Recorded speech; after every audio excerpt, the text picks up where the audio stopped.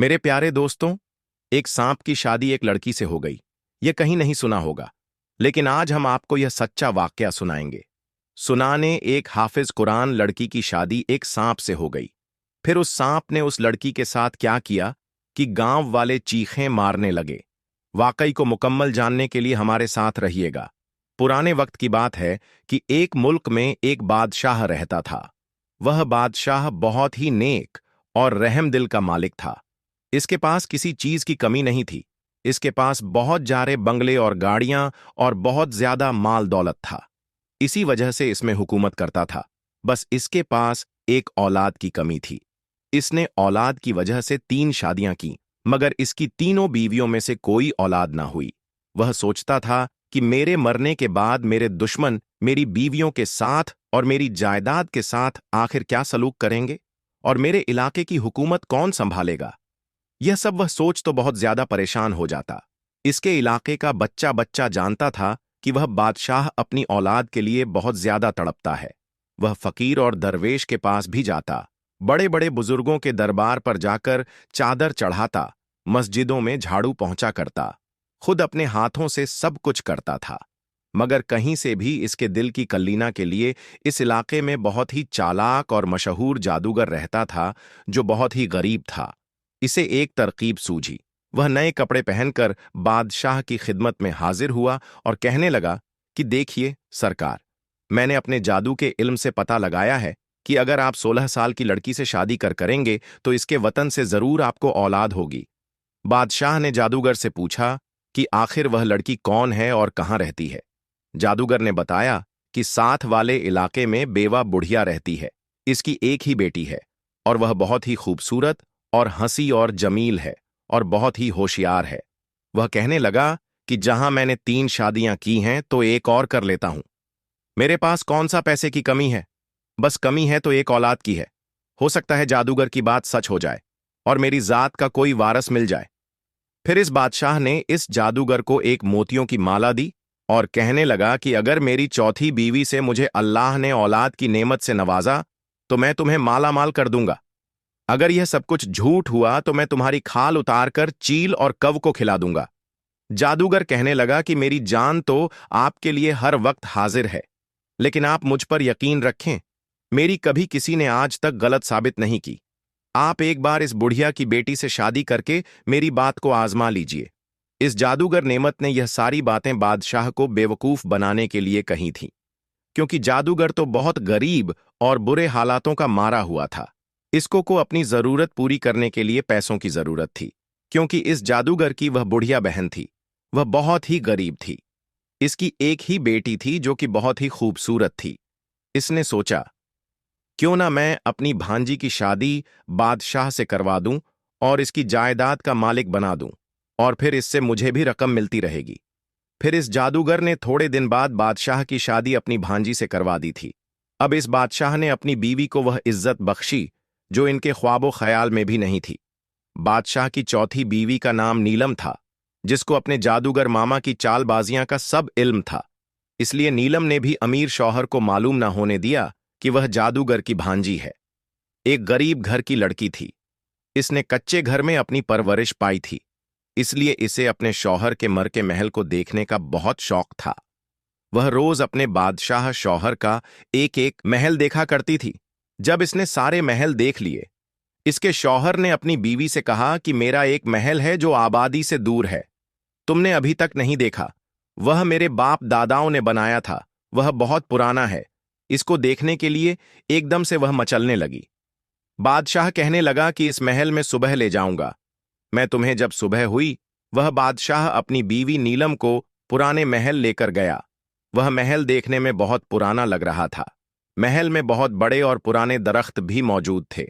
इस महल के कमरे में तिलावत की आवाज रही थी। जब नीलम ने अपने शौहर से पूछा कि इस कमरे में कौन तिलावत कर रहा है, तो वह बादशाह अपनी बीवी को इसी कमरे में लेकर गया, जिसमें एक अल्लाह वाले बुजुर्ग जो कि बहुत ही नेक थे, वह तिलावत कर रहे थे। इस पूरे महल में वह अल्लाह वाले बुजुर्ग अकेले रहते थे। वह दिन रात अपने अल्लाह की इबादत में मसरूफ रहते थे। वह अल्लाह वाले बुजुर्ग दिन को चहलकदमी के लिए इन पुराने दरख्तों के पास आते और इनके नीचे बैठकर दिन को अल्लाह की इबादत करते। दरख्त देखने में बहुत ही अजीब नजर आते थे। नीलम अपने शौहर से कहने लग कि यह दरख्त देखने में बहुत ही अजीब नजर आते हैं।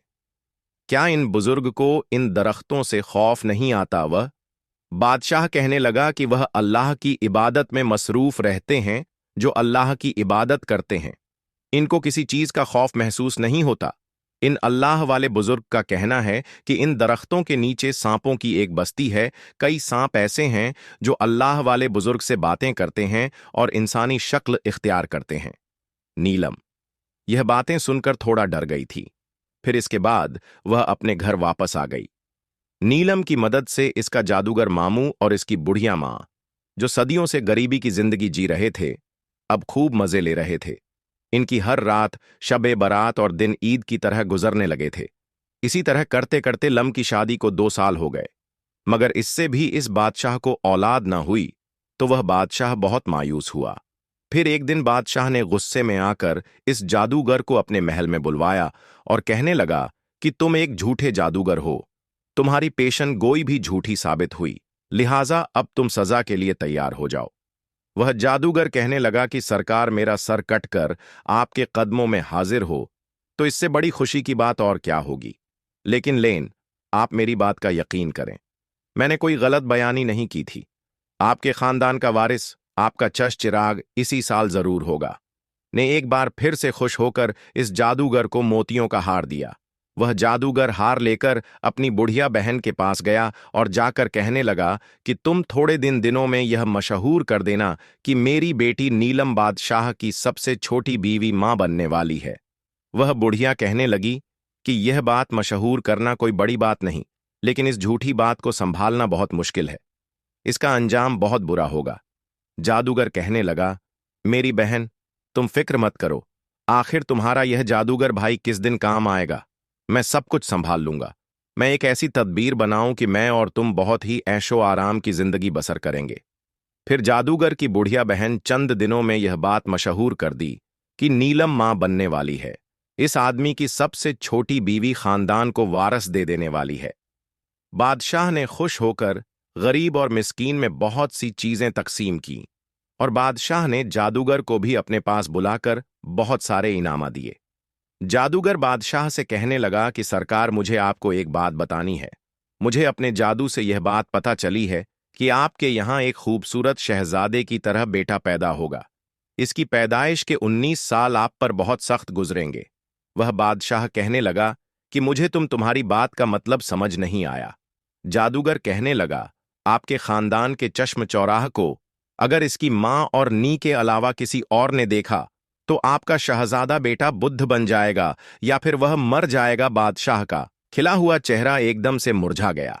बादशाह की आवाज तो एकदम दब कर रह गई थी। वह यह सुनकर बहुत परेशान हो गया। फिर वह जादूगर कहने लगा कि सरकार, क्या यह खुशी की बात नहीं है कि आपके खानदान का वारस पैदा हो रहा है? अगर आप इसको ना देखेंगे तो इसमें कोई बड़ी बात नहीं।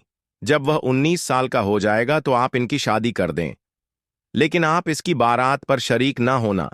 जब वह शादी करके अपनी दुल्हन को लेकर घर में आ जाए तो आप अपने बेटे और बहू की सूरत एक साथ देख लीजिएगा। इस जादूगर की यह सारी बातें सुनकर बादशाह ने आह भरी और कहने लगा कि अल्लाह ताला ने पहले तो मुझे कई सालों तक औलाद की यद से महरूम रखा, और जब औलाद की खुशी मिली तो इतनी सख्त पाबंदी लगा दी। दिन रात बेचैनी बेकरारी में गुजरते रहे। फिर बादशाह ने अपने नौकरों को हुक्म दिया कि आबादी से दूर एक खूबसूरत आलीशान महल तैयार करवाया जाए और इस महल के चारों तरफ एक बहुत ही खूबसूरत बाग बना दिया जाए ताकि इनके वारिस की परवरिश अच्छे से हो सके। थोड़े ही दिनों में एक खूबसूरत महल बनकर तैयार हो गया। जब बच्चा पैदा होने के दिन करीब आए तो बादशाह की बीवी नीलम को इस महल में पहुंचा दिया गया और नीलम की देखभाल के लिए, इसकी हिफाजत के लिए इसकी बूढ़ी मां को मुकर्रर कर दिया गया ताकि किसी गैर औरत की नजर बच्चे पर ना पड़ सके। जब दिन पूरे हो गए तो जादूगर की बहन ने अपने भाई से मशवरा किया। इन दोनों बहन भाइयों ने मिलकर एक नौकर के जरिए बादशाह को बेटा पैदा होने की इत्तला दी। इस बादशाह की खुशी की इंतहा न रही। इसने अपने इक्के में बहुत मिठाइयां बांटी गई। हर घर में जश्न मनाया जाए। इस मुल्क के हर इलाके का हर आदमी बहुत खुश था।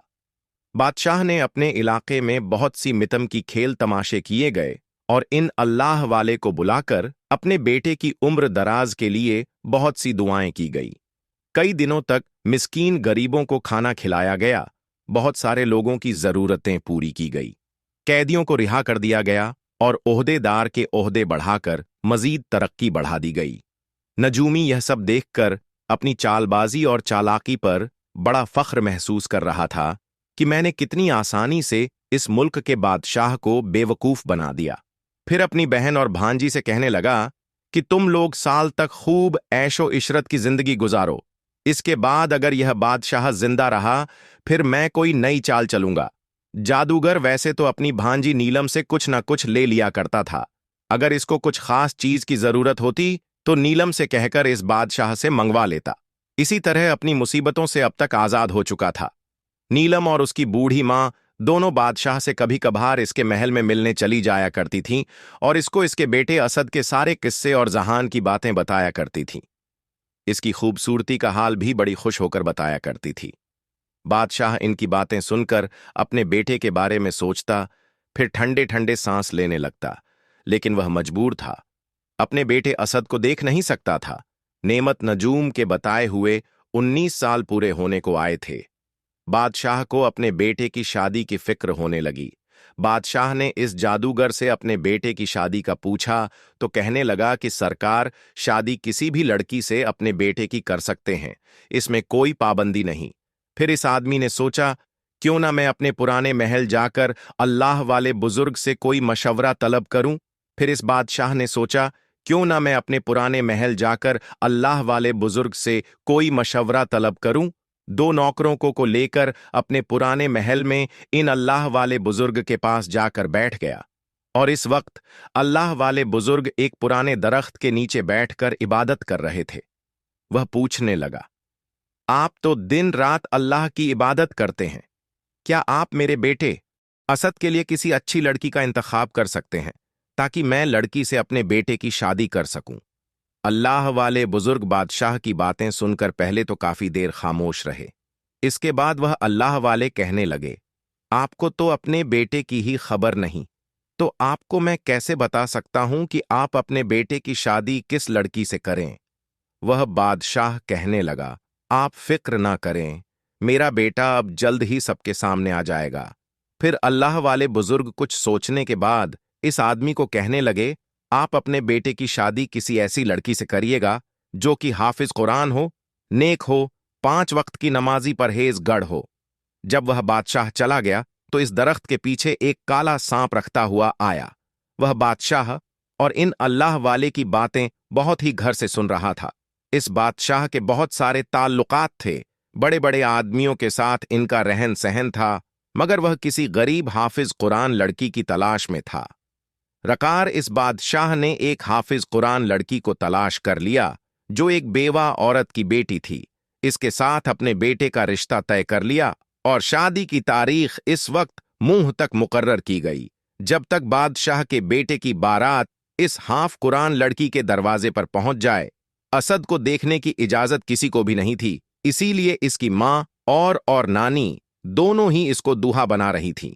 बादशाह के महल में बारात जाने की तैयारियां हो रही थीं। जादूगर की बुढ़िया बहन अपने भाई से कहने लगी कि बारात जाने का वक्त हो गया है, अब हम लोग दूल्हा कहां से पैदा करें। जादूगर कहने लगा कि प्यारी बहना, तुमने कई साल इस महल में रहकर ऐशो इशरत की जिंदगी बसर की है, मजे भी किए हैं, अब तुम इस मुसीबत को भी झेल लो, मैं तो कहीं खामोशी से फरार हो जाऊंगा। यह सुनकर तो बुढ़िया के पांव तले से जमीन निकल गई। इसके औसा खता हो गए। वह कहने लगी कि हाय हाय बादशाह, हमारी बोटियां करके चीलो और कव को खिला देगा। अरे जालम, तू हमें जहन्नम में देखल रहा है, क्या तुम्हें शर्म नहीं आती। जादूगर कहने लगा कि देखो बहना, यह भाई ने तुम्हें इतनी देर तक जन्नत में भी तो रखा हुआ था, इसका सिला मुझे यह दे रही हो। इस पर बहन कहने लगी, याद रखने मत, अगर तुमने हमें इस हाल में छोड़ा तो तेरी बख्श कभी नहीं होगी। तू हमें बीच जंगल में जंगलों के पास छोड़कर जा रहा है।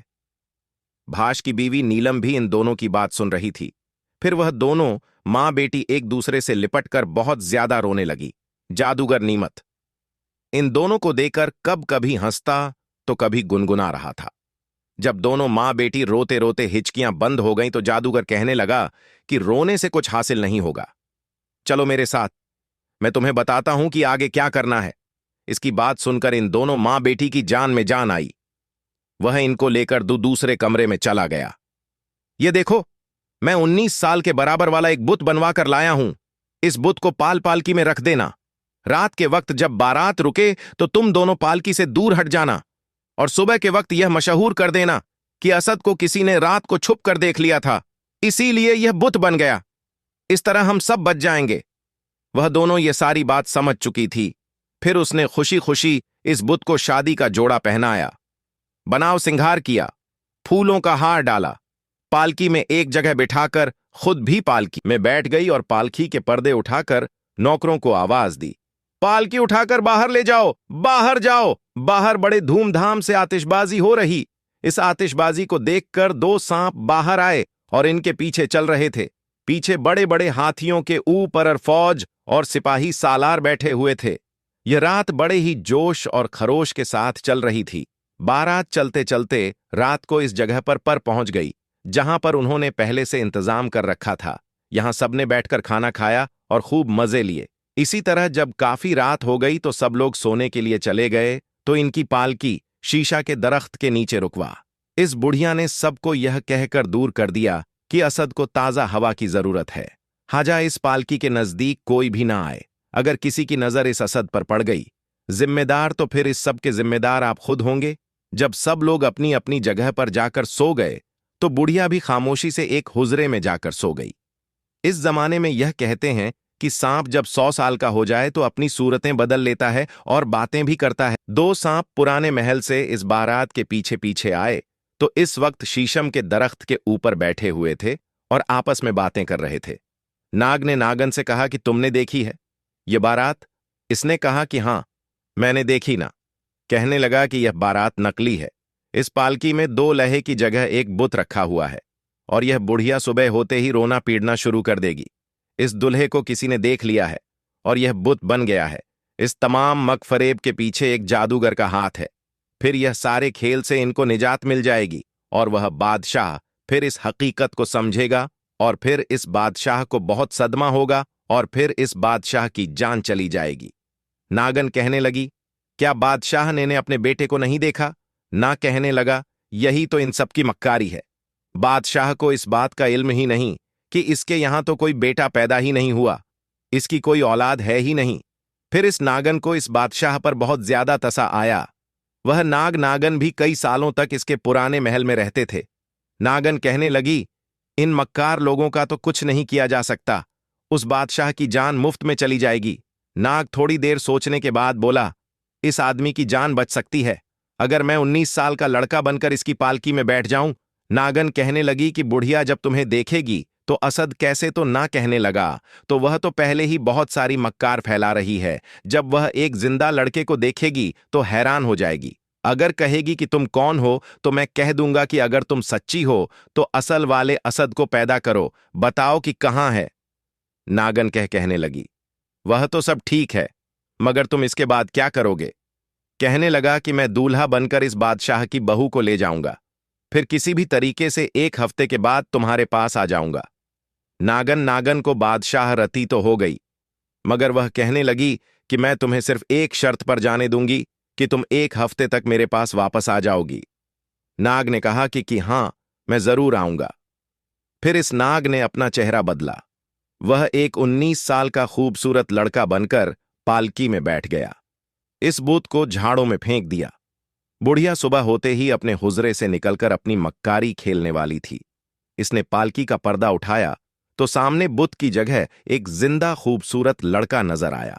इसको देखकर एकदम से हैरान रह गई और कहने लगी कि तुम कौन हो? नाग मुस्कुराकर कहने लगा, क्या तुम मुझे नहीं जानती? मैं इस बारात का दुल्हा हूं। मैं इसे क्या गर्ज कि तुम बगैर दुल्हा के बारात लेकर जा रही थी। अब तुम अल्लाह का शुक्र अदा करो कि तुम्हें एक जिंदा सही और सलामत दुल्हा मिल गया। फिर कुछ सोचने के बाद बुढ़िया कहने लगी कि चलो, मेरी बात बनी रहेगी, इसी को दला बनाकर ले जाती हूं।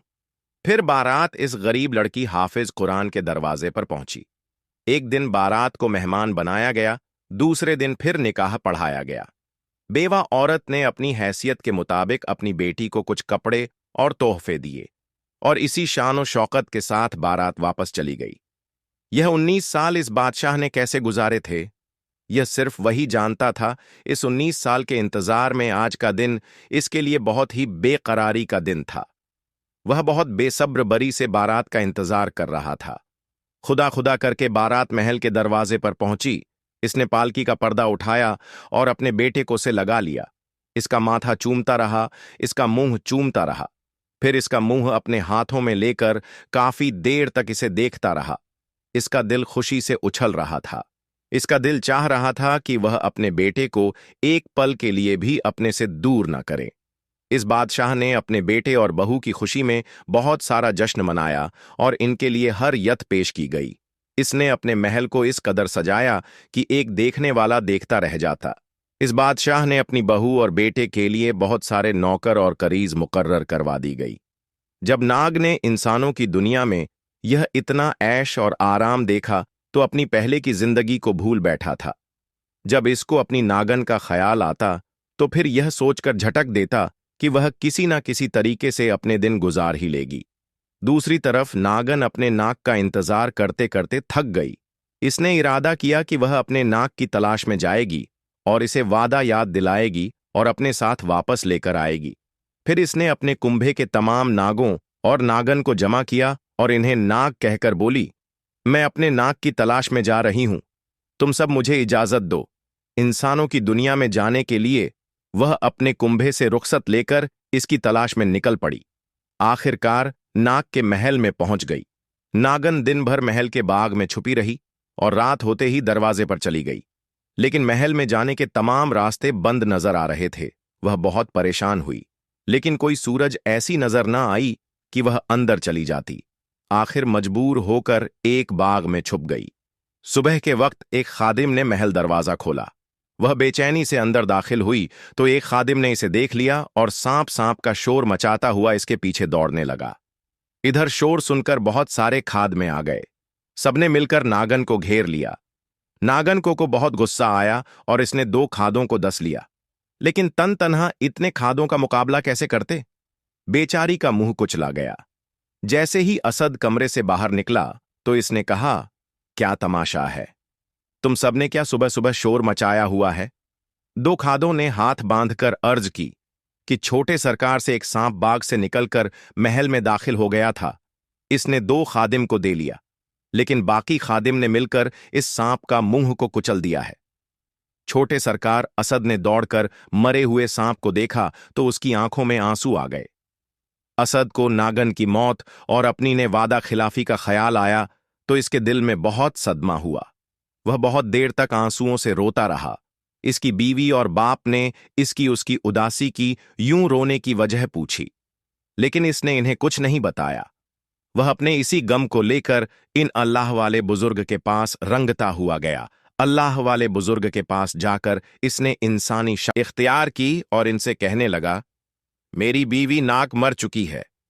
जैसा कि आप जानते हैं, अगर नाक और नागन में से एक को मार दिया जाए तो दूसरा इसका बदला जरूर लेता है। अगर मैं इन खादों से बदला लूंगा तो मेरी बीवी और इस बादशाह को मेरा इल्म हो जाएगा। मैं एक सांप हूं और मैं उस बादशाह का बेटा नहीं। वह अला अला वाले बुजुर्ग कहने लगे कि यह मैं जानता हूं कि तुम इंसानी मखलूक नहीं हो और इस बादशाह की कोई औलाद नहीं। तुम ज्यादा देर तक इस हाफिज कुरान लड़की से झूठ नहीं बोल सकते। हमें एक दिन इसको सब कुछ जरूर बताना होगा। मर चुका है, इसका गम न करो। जो इस दुनिया से चला गया है वह सगा नहीं होता, चाहे इसकी अपनी औलाद ही क्यों ना हो। अगर तुम इस अपनी सांप वाली जिंदगी में चले गए तो तुम्हारी नई नवेली दुल्हन तड़प तड़प कर मर जाएगी, और जिस दिन तुम्हारी सच्चाई सबके सामने आ जाएगी तो तुम सांपों की दुनिया को हमेशा के लिए आली विदा कह दोगे। तुम्हारी हाफिज कुरान बीवी तुम्हारी लंबी जिंदगी के लिए बहुत दुआएं करती है। तुम अपनी इस जिंदगी में ध्यान दो। वह नाग अल्लाह वाले की बातें सुनकर अपने महल में आ गया और उधर आकर फिर उसको ख्याल आया, अगर मेरे कुनबे वालों को मेरी नागिन बीवी की मौत की खबर मिली तो वह मेरी इस बीवी के दुश्मन बन जाएंगे और उसको मेरी नागिन का कातिल समझकर जरूर एक ना एक दिन दा लेंगे। इस ख्याल से वह बहुत बेचैन हो गया और खूब गौर करने के बाद अपनी बीवी के पास जाकर बोला, मैं तुम्हें चंद नसीहत करता हूं, इनका हमेशा ख्याल रखना। बीवी ने कहा कि आप मुझे बताएं, मैं इस पर हमेशा अमल करूंगी।